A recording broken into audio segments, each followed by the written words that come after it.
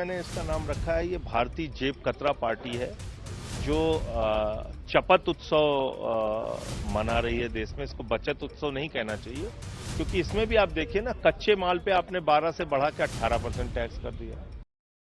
देखिए, ऐसा है कि पहली बात तो 8 साल में आपने जीएसटी के नाम पे देश की जनता को क्यों लूटा? आपने 127 लाख करोड़ रुपए का कलेक्शन किया जीएसटी के नाम पे 8 साल में, जिसमें से 123 लाख करोड़ रुपए आपने इस देश के आम आदमी से लिया और 4 लाख करोड़ रुपए जो चंद अमीर लोग हैं, जिनको आप कह सकते हैं, जिनकी आबादी 5-10% है, उनसे आपने लिया। तो वो पैसा आप उनको वापस कीजिए।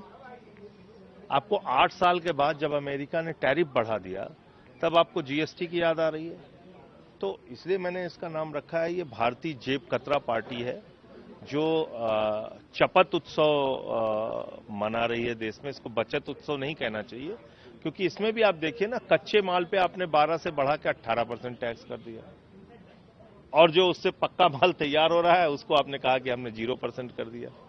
तो अल्टीमेटली तो वो माल महंगा हो जाएगा ना, जो उन कच्चे माल से तैयार होगा, उसको आपने 12% से बढ़ा के 18% टैक्स कर दिया कच्चे माल पे, और जो माल उससे तैयार होगा उसका आप कह रहे हैं कि हमने 5% से घटा के 0% कर दिया। तो ये कान को चाहे इधर से पकड़िए चाहे इधर से पकड़िए। तो आप देश की जनता को क्यों मूर्ख बना रहे हैं? आपने कहा कि 47,000 करोड़ रुपए का नुकसान सरकार को होगा इस टैक्स रिफॉर्म से, फिर आप कह रहे हैं 2 लाख करोड़ रुपए का फायदा होगा इस देश की जनता को। तो महीने का तो एक आदमी के हिस्से में 115 रुपए ही आया ना। तो ये किस प्रकार का आपका रिफॉर्म है? और आपको इसकी याद 8 साल के बाद क्यों आई?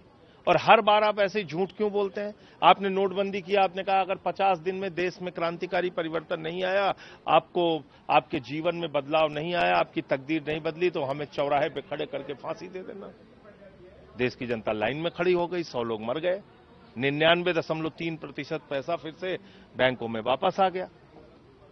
ना आतंकवाद खत्म हुआ, ना जालीवाद नोट खत्म हुआ, ना कालाधन खत्म हुआ। फिर आपने कहा जीएसटी दूसरी आजादी है, आर्थिक क्रांति है।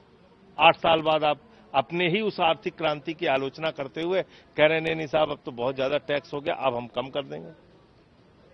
तो वो आज का एमएलए राम अवतार, एक फिल्म आई थी राजेश खन्ना की, उसमें बोला कि रोटी का दाम इतना बढ़ाना चाहते हैं, बोले 1 रुपए और बढ़ा लो, पार्टी को चंदा दो।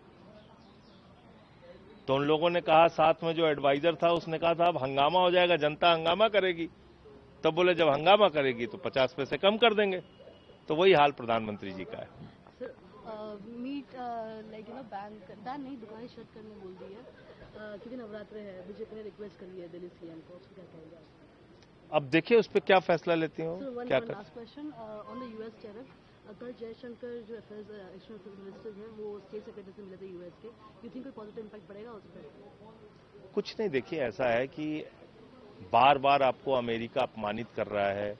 H1B वीजा के नाम पे अपमानित किया, उसके बाद अभी आप देख रहे हैं कि सीज फायर के नाम पे वो कई बार, दर्जनों बार उसने भारत का अपमान किया। तो लगातार, और पाकिस्तान से वो अपने रिश्ते मजबूत कर रहा है, वो कह रहा है कि आई लव पाकिस्तान। तो जो देश लगातार आपके विरोधी देश को संरक्षण दे रहा है, उसके साथ खड़ा है, यूएन में एंटी टेररिस्ट कमेटी का चेयरमैन पाकिस्तान को बना दिया जाता है। तो अमेरिका की नीति तो भारत के लेके क्या है वो समझ में आ रही साफ तौर पे। और अब आप स्वदेशी की बात कर रहे हैं प्रधानमंत्री जी, आप खुद जो है वो स्विट्जरलैंड की घड़ी पहनते हैं, इटली का चश्मा पहनते हैं, जर्मनी की पेन इस्तेमाल करते हैं, अमेरिका का फोन इस्तेमाल करते हैं, जर्मनी की कार इस्तेमाल करते हैं, हवाई जहाज से लेकर हेलीकॉप्टर तक सब विदेशी आप इस्तेमाल करते हैं। अभी मैंने कॉमर्स मिनिस्ट्री का डेटा रखा, दुनिया के 190 देशों से हम आयात करते हैं। दुनिया के 190 छोटे छोटे देशों से हम सामान खरीदते हैं। 60 लाख करोड़ रुपए का एक साल में हम आयात करते हैं, विदेशों से सामान खरीदते हैं। आप कह रहे हैं अब अचानक आप स्वदेशी अपनाएंगे। तो ये सब जुमलेबाजी जो प्रधानमंत्री जी की है, वो अब लोगों को समझना चाहिए, वरना देश का बहुत नुकसान